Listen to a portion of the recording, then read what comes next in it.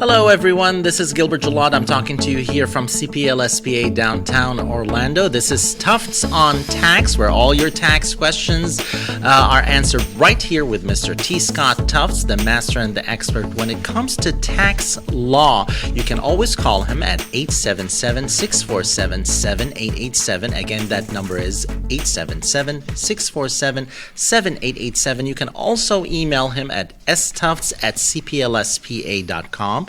That's stufts@cplspa.com. Hello, Scott. How are you today? Good to be with you. Good to be with you, too. And we go back to digital assets we're talking about today. Right. What are they and when are they taxed? All right.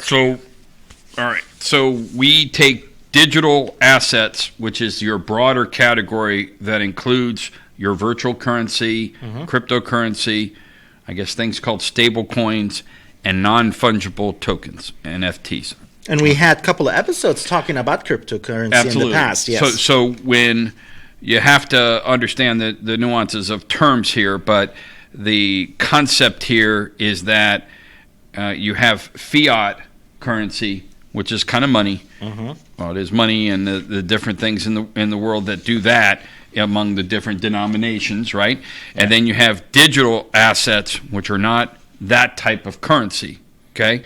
Because they're not coin and paper money that the United States or a foreign country, and they're not digitally issued by a government central bank.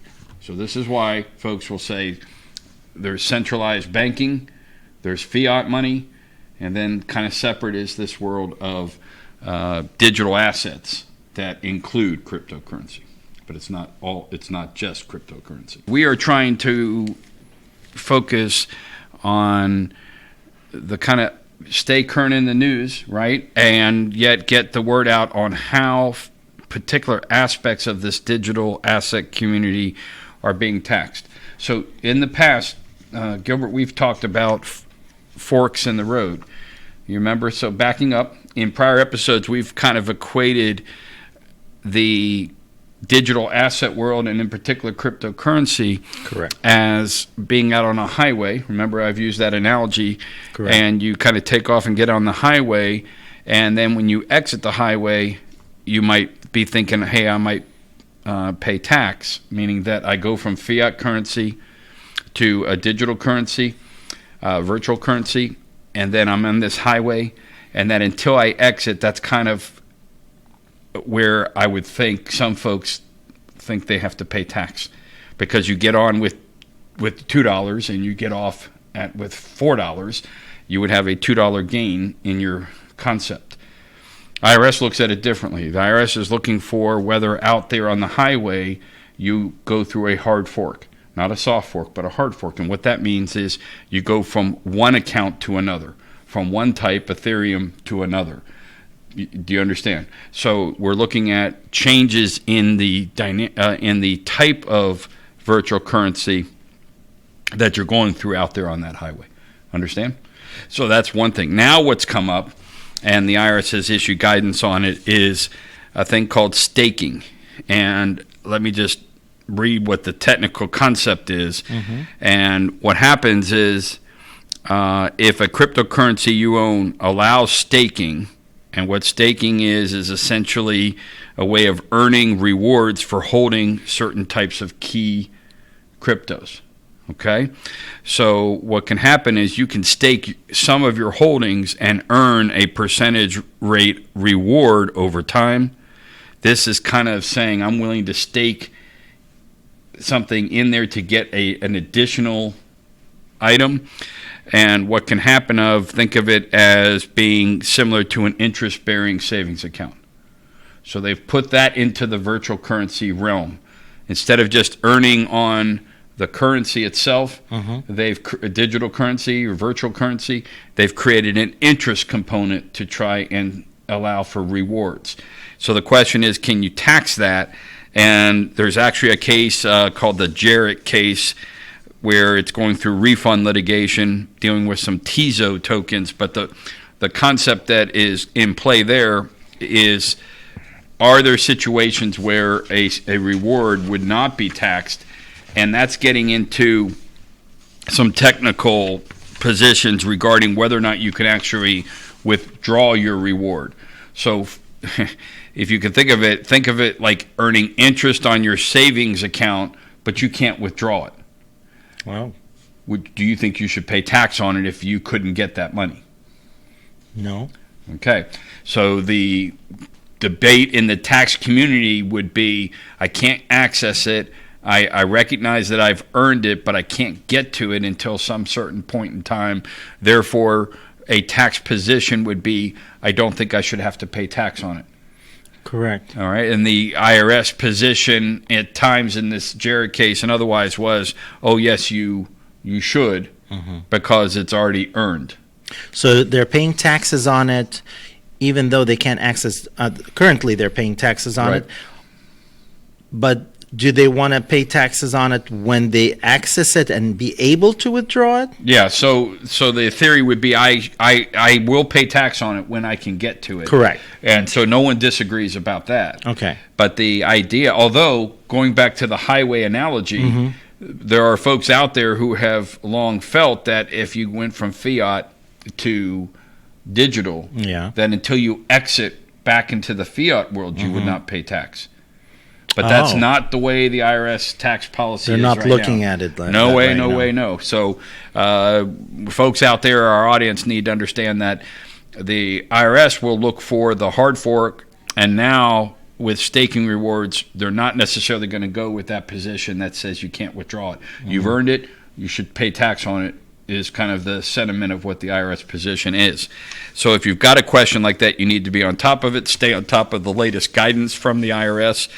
There is a lot of guidance out there dealing with virtual currency in general that you can see on the IRS.gov site, but there's nuances in this, quite obviously. And then, of course, you have a whole nother issue of checking out the virtual currency you're in, or the tokens, or the different stable coins, because there are a number of cases now breaking. We were talking about it before going on the air. Correct. That there's in the news well, of course, there's FTX and what's going there, and there's some other things. So you need to be diligent, not just on taxes, but on the overall concept of, is it a good investment or not? Is it what's going on with that particular currency or those particular providers? Can we call this that it's still in the infancy stage? I think it's pretty significant economic issue. What I would say to that is, in the world, I think it is common knowledge. I imagine there are more and more folks who are in the cryptocurrency, in the virtual currencies, and in these tokens as an alternative to concerns they might have about the banking side of things. So I think it's not something that's going to be something that you can say is novel. I'm just going to bury my head in the sand. I think you have to hit these issues head on.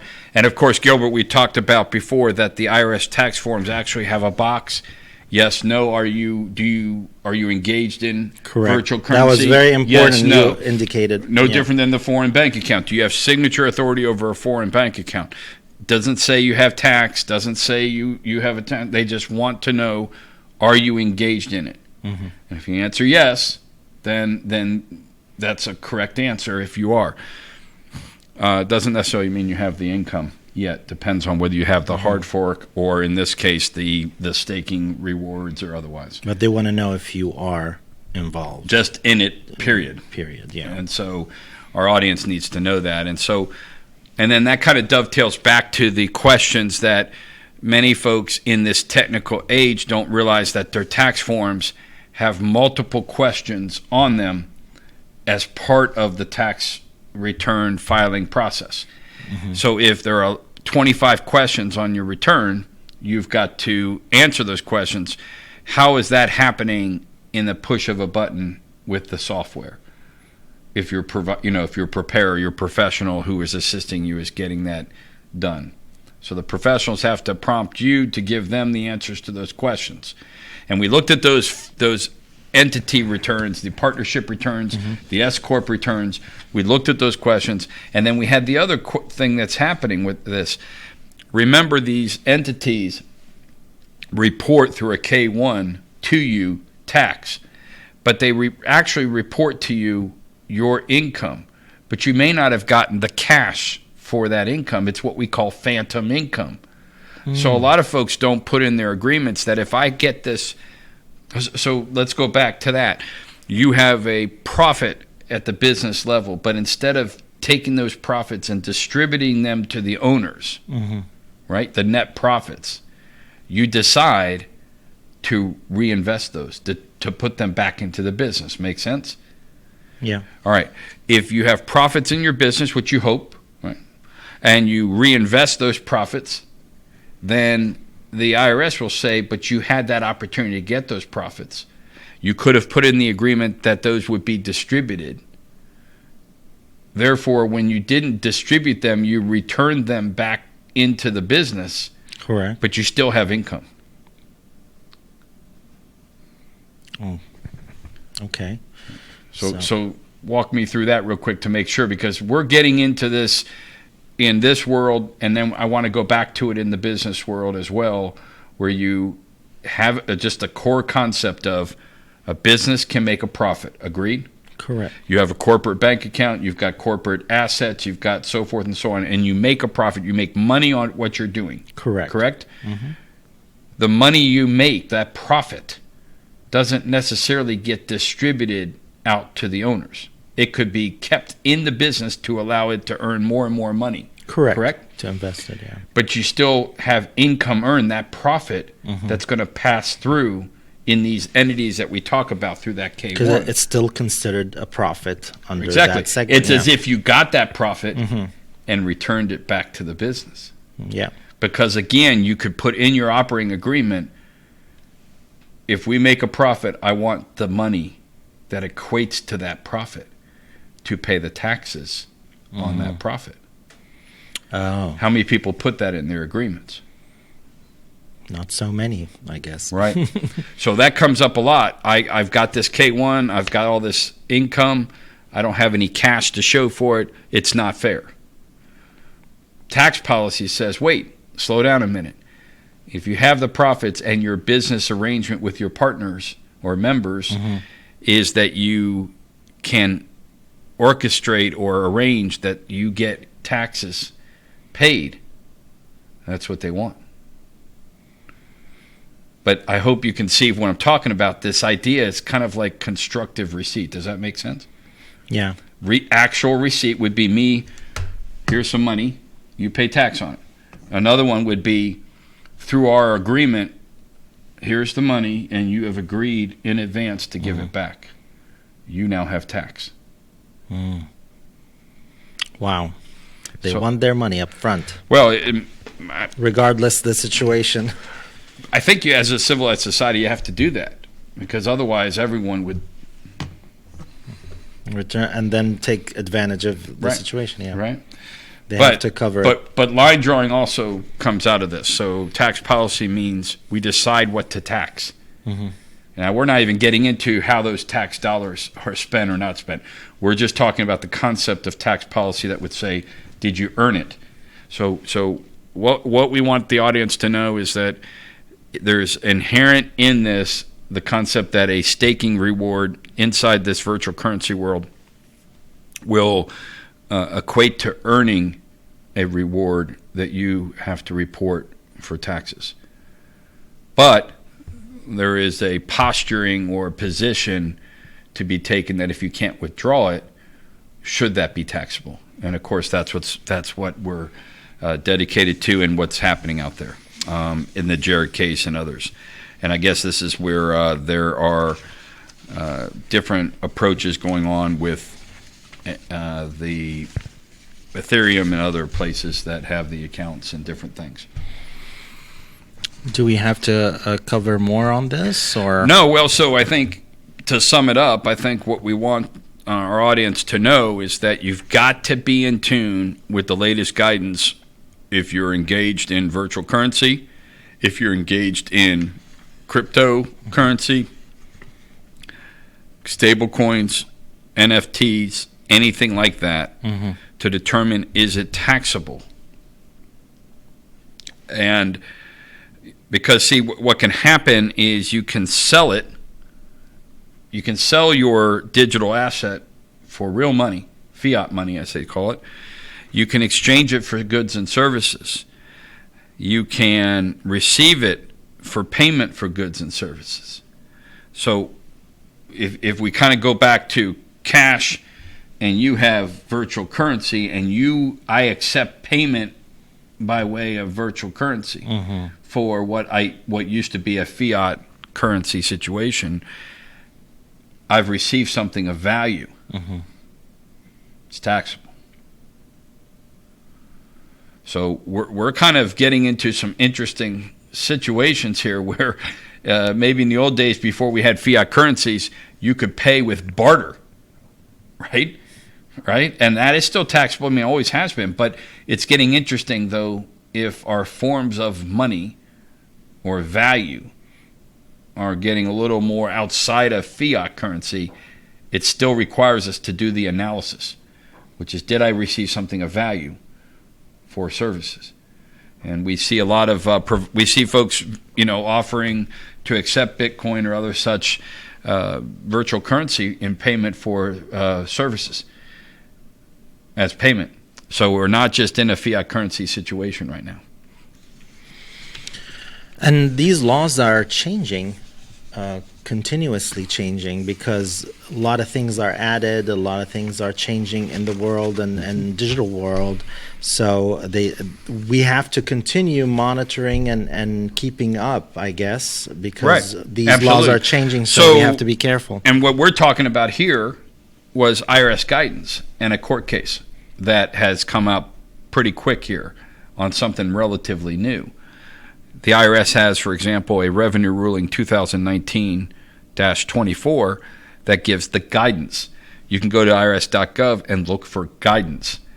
But that is just the position of the IRS. You go to your own professional and talk to them about when you're doing the return, for example, the return preparer will address the position you are going to take.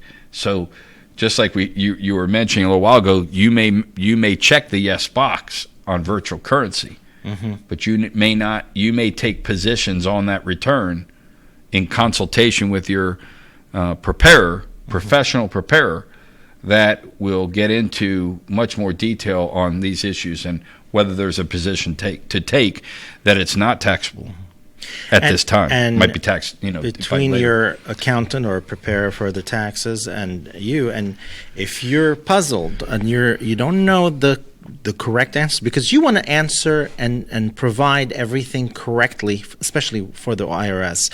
So we need an attorney like you. Yeah, oftentimes, and not just that. You hope that the tax attorney or other attorney you go see is especially important if you want an overall assessment of the program that you're in, to be aware of whether things are happening on the legal front. We've talked about a number of before we got on. There's a class action going on with one of the just today we heard it. Right. So I think we have to again go back to this. Everything's so fast in our society today that I think we have to slow down and get that advice.